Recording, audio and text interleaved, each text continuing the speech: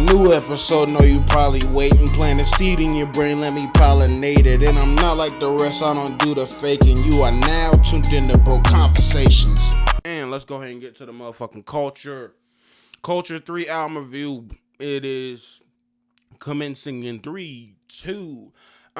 First of all, I think the year that they took off, because I believe initially they wanted to drop around the time COVID had started. So I believe them taking a year off or however long off to tweak and maybe take songs off and put songs on. I feel like this is literally this. Let me not get too ahead of myself. I feel like they really fine tuned this motherfucking album. It sounds like they really was riding around with this bitch like for an extended period of time just to make sure that they wanted to, for me, be better than Culture 2, because honestly Culture 2 was cool, but honestly I don't, if you ask me, or I think any Migos fan, I don't think Culture 2 slapped harder than Culture 1. And I feel like they really have something to prove with this one. And honestly, I have a long ass list of standout tracks on this. So let me go ahead and read y'all them right quick. Standout tracks: Antisocial featuring Juice WRLD, Type Shit featuring Cardi B, Malibu featuring Polo G, Vaccine, Needed, Straightening, Jane, Time for Me, Handle My Business. That's 9 songs. And keep in mind, there were only 19 songs on this album. This album was about an hour and 15 minutes.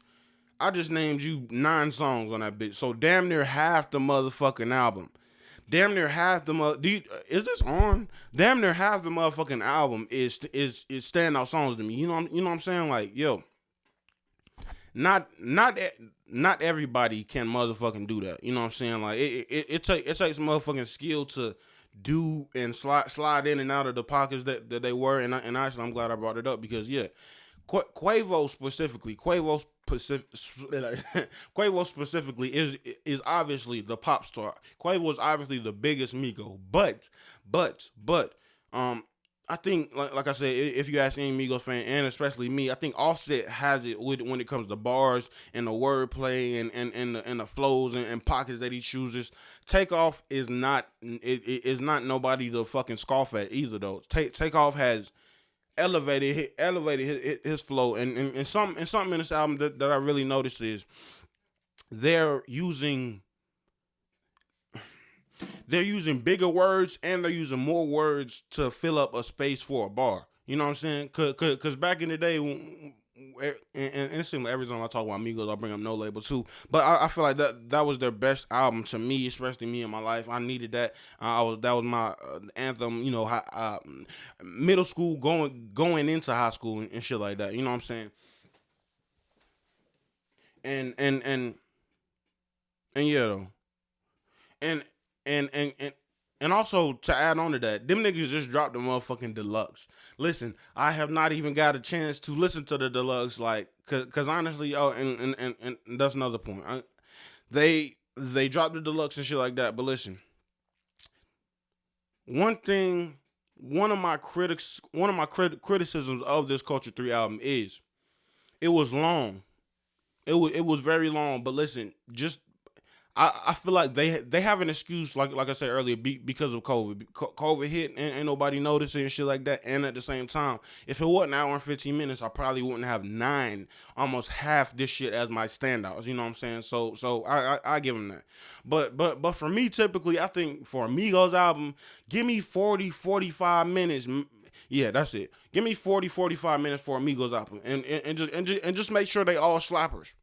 That's all you got to do. You know what I'm saying? Make sure they all undeniable slappers. I feel like if they just dropped the 9 songs that I just said that would stand out, that would be it'd be super crazy. But listen, I love, like I said, I love the fact that Quavo is the only one in the group using auto tune, and he doesn't overuse it.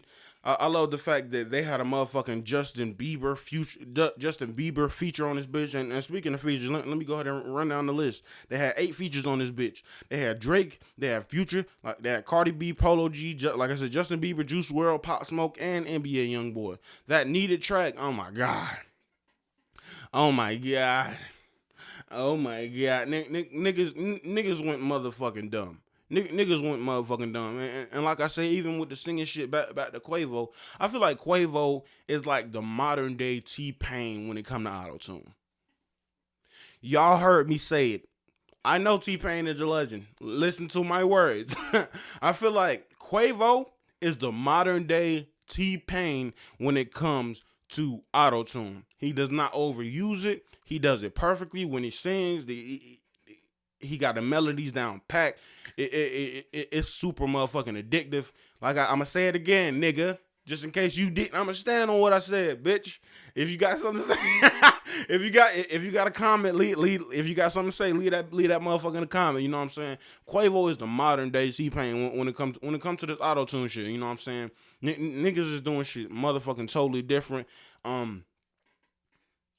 They had a lot of features on this shit, but I would never fault them because the reason why I watched the Instagram clip or whatever of Quavo explaining why they even called it culture and shit like that, and what he said was something. One of the things that he said was the reason why they even named this little series this series of albums culture is um a lot of rappers and a lot of entertainers was playing with their name. They was calling them mumble rappers and shit like that when the Migos have been damn near instrumental.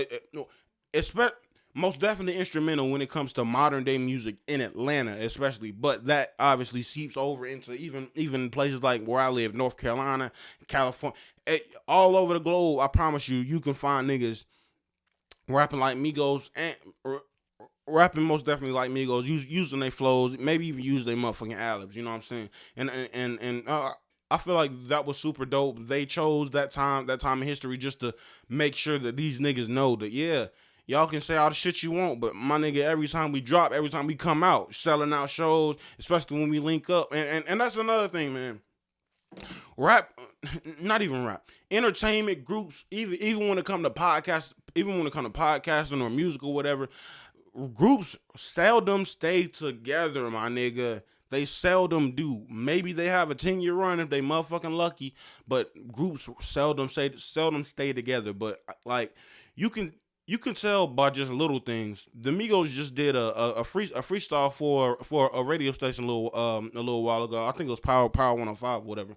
All three of them came, spit some shit, and just off that, just off the chemistry of that, I'm already knowing. I'm already knowing they are most definitely in sync, in sync, in sync like a motherfucker. And I know that because the niggas and the people that I choose to rap with, you have to have that rapport just to get off certain shit. You know what I'm saying? And something I noticed is they're really focused on the solo aspect and just making sure each person a part of the Migos group gets their time to shine. I noticed that when they were rapping on that freestyle shit, the other two Migos weren't putting in ad libs or whatever because when they first came out, that's something that they was doing heavy and shit like that. So they're doing their own ad libs, they're doing their own verses and shit like that, and they're stopping at the right time on the beat to give the other person, you know what I'm saying, that much room. Nine times out of 10 when I'm rapping and freestyling by myself, this was like when I'm rapping and freestyling with other people, it's most of the time like one person, but 3 people, like I feel like that's a whole different element. That's a whole different set of emotions and shit like that you can bring to the motherfucking table. So it really ain't no motherfucking pressure. And just like I feel like just like with this shit, just like this shit I'm doing now. I ain't gonna lie, I fucked up a little bit early. I was coughing and shit like that. But listen, that's just how it is. Like when it's just you, when it's just one on one, then you gotta take what motherfucking come with that. But anyway, let me go ahead and finish this review. No Label 2 vibes are heavy. No Label 2 vibes are heavy. You in trap, that's everything. All right. The ranking. I got I gotta start remembering to motherfucking rank shit. If I'ma rank this shit at a 1 out of 10, I give this bitch a 10. You heard me. You heard me, bitch. You heard me. 1 out of 10. This is a 10. They couldn't do anything to make this better.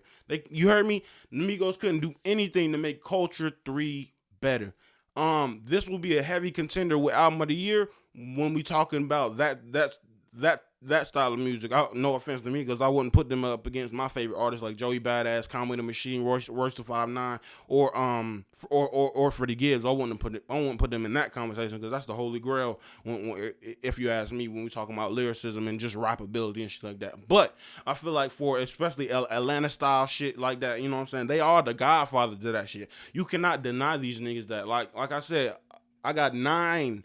Count them, 9 standout songs on this 19 song album, and they just dropped the deluxe. These niggas going crazy, going dumb. I cannot wait to see clips of them on Instagram or they're on Snapchat rocking out shows to this shit, making this shit ginormous. Like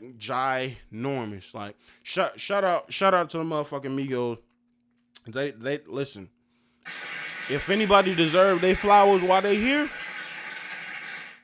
it's the Migos. For a new episode, know you probably waiting. Plant a seed in your brain, let me pollinate it. And I'm not like the rest, I don't do the faking. You are now tuned into Bro Conversations.